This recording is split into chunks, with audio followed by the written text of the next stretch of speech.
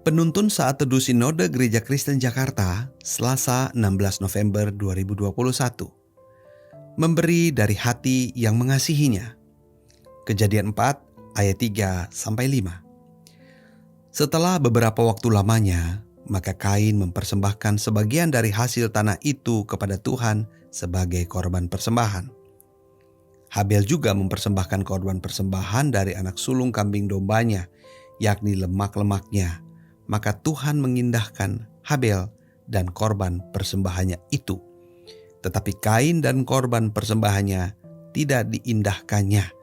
Lalu hati Kain menjadi sangat panas dan mukanya muram. Memberi persembahan kepada Tuhan itu seadanya saja. Tuhan menerima persembahan kita apa adanya kok. Kira-kira seperti inilah kalimat yang sering terdengar dalam percakapan orang Kristen.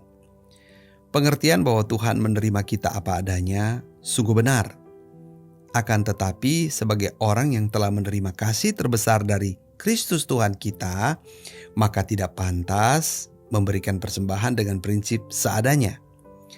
Prinsip seadanya menunjukkan sikap hati yang tidak menghargai Tuhan. Ketika Kain mempersembahkan kurban bakaran kepada Tuhan, ia melakukannya dengan seadanya saja. Alkitab mencatat bahwa Kain mempersembahkan sebagian dari hasil pertaniannya.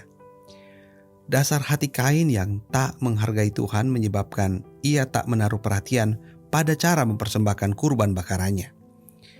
Hati yang tidak menghargai Tuhan adalah hati yang tidak mengasihi Tuhan. Jika sudah begitu, maka Kain tidak akan mempersiapkan hasil pertanian terbaiknya sebagai bahan persembahannya. Dalam imajinasi saya, besar kemungkinan bahwa Kain sembarang mengambil buah-buahan dan meletakkannya di tempat pembakaran. Mungkin buah yang mentah atau mulai membusuk menjadi persembahannya di meja pembakaran. Berbeda dengan Habel, Alkitab menuliskan bahwa ia mempersembahkan anak sulung dari kambing dombanya kepada Tuhan. Kuncinya terletak pada hati yang mengasihi Tuhan, bukan untuk memenuhi jadwal dan aturan persembahan saja. Dari sinilah akhirnya kita menemukan teks Alkitab yang mengatakan, maka Tuhan mengindahkan Habel dan korban persembahannya itu. Kisah persembahan Kain dan Habel menunjukkan bahwa Tuhan mengindahkan Habel yang mempersembahkan kurban bakaran dengan hati yang mengasihi Tuhan.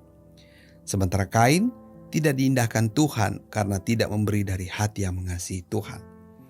Dapat disimpulkan bahwa orang yang mengasihi Tuhan pasti akan mempersiapkan persembahan terbaik atau yang layak untuk dipersembahkan kepada Tuhan.